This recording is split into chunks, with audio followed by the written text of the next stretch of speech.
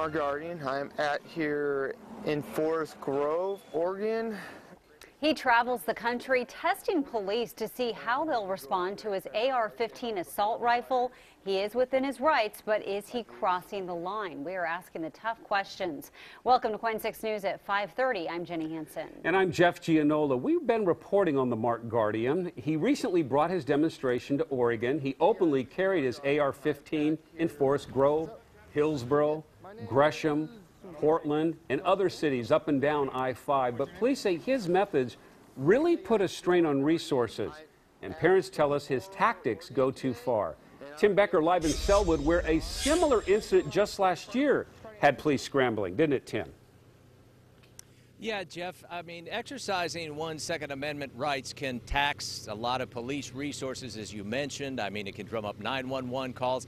And honestly, it can also put a scare into people whether they know Oregon gun laws or not. That's exactly what happened right here in the Selwood area when a couple guys walked down the streets with their rifles earlier this year.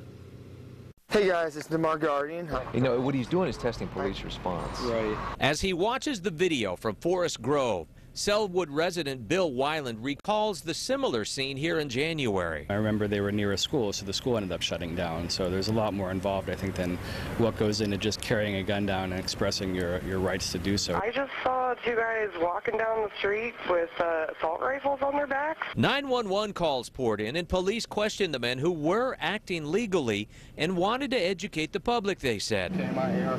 A man now recording every police run-in around Oregon says he's doing the same thing. The more the authorities and the machine try to put their boot on people's throats, the more you're going to see people taking steps like this that are intended to make a point. Kevin STARRETT with the Oregon Firearms Federation says these displays are simply a legal protest. If you told women today who benefited from the feminist movement or minorities who benefited from the arrests in the 60s and 70s, was it the right thing to do? I doubt you'll get too many of them that'll say no. Others still don't like it. And they're carrying them around. I mean, they're not loaded, but it sends the whole community into a state of panic. In Bill's case, it's the assault rifle he has a problem with.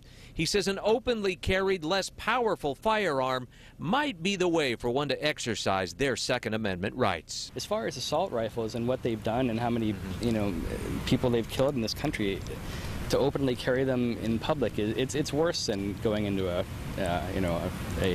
crowded movie theater and yelling fire. You can shout fire in a crowded theater. You can do it anytime you want.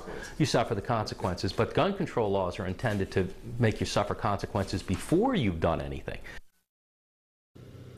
So once again, open carry laws, they apply to all of Oregon. Some specific jurisdictions, though, only allow that open carry law to be legal if the firearm is not loaded. Included on that list, Multnomah County, and so, of course, that would include the city of Portland.